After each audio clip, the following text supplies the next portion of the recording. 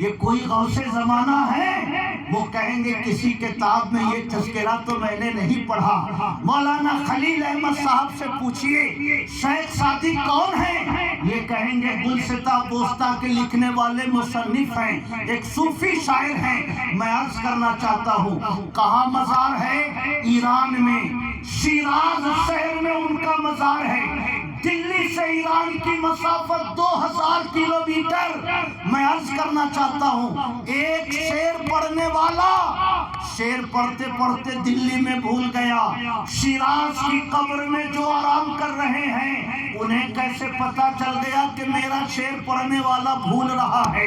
اور اگر پتا چل بھی گیا تو وہاں سے چل کے وہ آگرہ کیوں نہیں گئے؟ وہاں سے چل کر رامانوج گنج کیوں نہیں آئے؟ وہاں سے چل کر وہ دلی کیسے پہنچے؟ اور دلی پہنچ بھی گئے تو کسی دوسرے آدمی کو کیوں نہیں بتایا؟ شاہ عبد الرحیم کو کیسے پہچان لیا کہ یہی میرا شعر بھول رہے ہیں؟ مجھے کہنے دیجئے اگر ایک صوفی منوش شاعر دلی میں شعر پڑھنے والے کے بھولنے پر شیراز میں باخبر ہو سکتے ہیں تو ہمارے حالات سے خواجہ کیوں نہیں باخبر ہو سکتے؟ ہماری پریشانیوں سے بغداد کے راجہ کیوں نہیں بے خبر ہو سکتے؟ اگر شیخ سعدی شیراز سے چل کر دلی آ کے مدد کر سکتے ہیں تو مدینے کے راجہ ہماری مدد کیوں نہیں کر سکتے؟ جب ان کے گدا بھر دیتے ہیں شاہان زمانوں کی جھولی، محتاج کا جب یہ عالم ہے تو مختار کا عالم کیا ہوگا؟ محبت سے کہیے سبحان اللہ۔ اس لیے میرے بھائیوں جو یہ سمجھتا ہو کہ موت کے بعد روحیں ختم ہو جاتی ہیں وہ گمراہ ہے، وہ بد مذہب ہے، وہ راہ حق سے بھٹکا ہوا ہے۔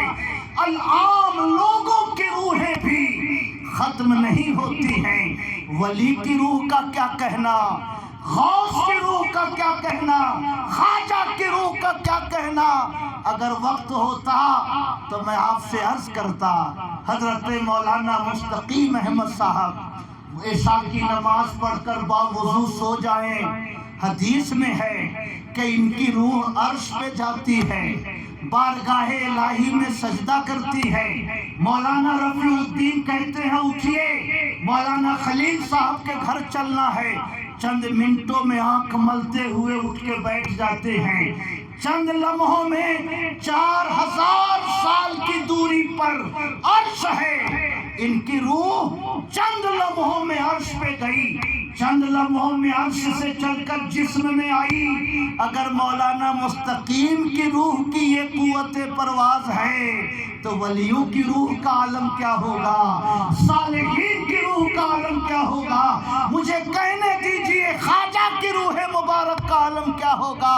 ہم اللہ کے صالح بندوں کو جسم کے ساتھ زندہ سمجھتے ہیں، اس لیے یہ نہ کہو غوث اعظم کی روح کا عالم کیا ہوگا، یہ کہو جب مولانا مستقیم کا یہ حال ہے تو بغداد کے راجہ کا عالم کیا ہوگا۔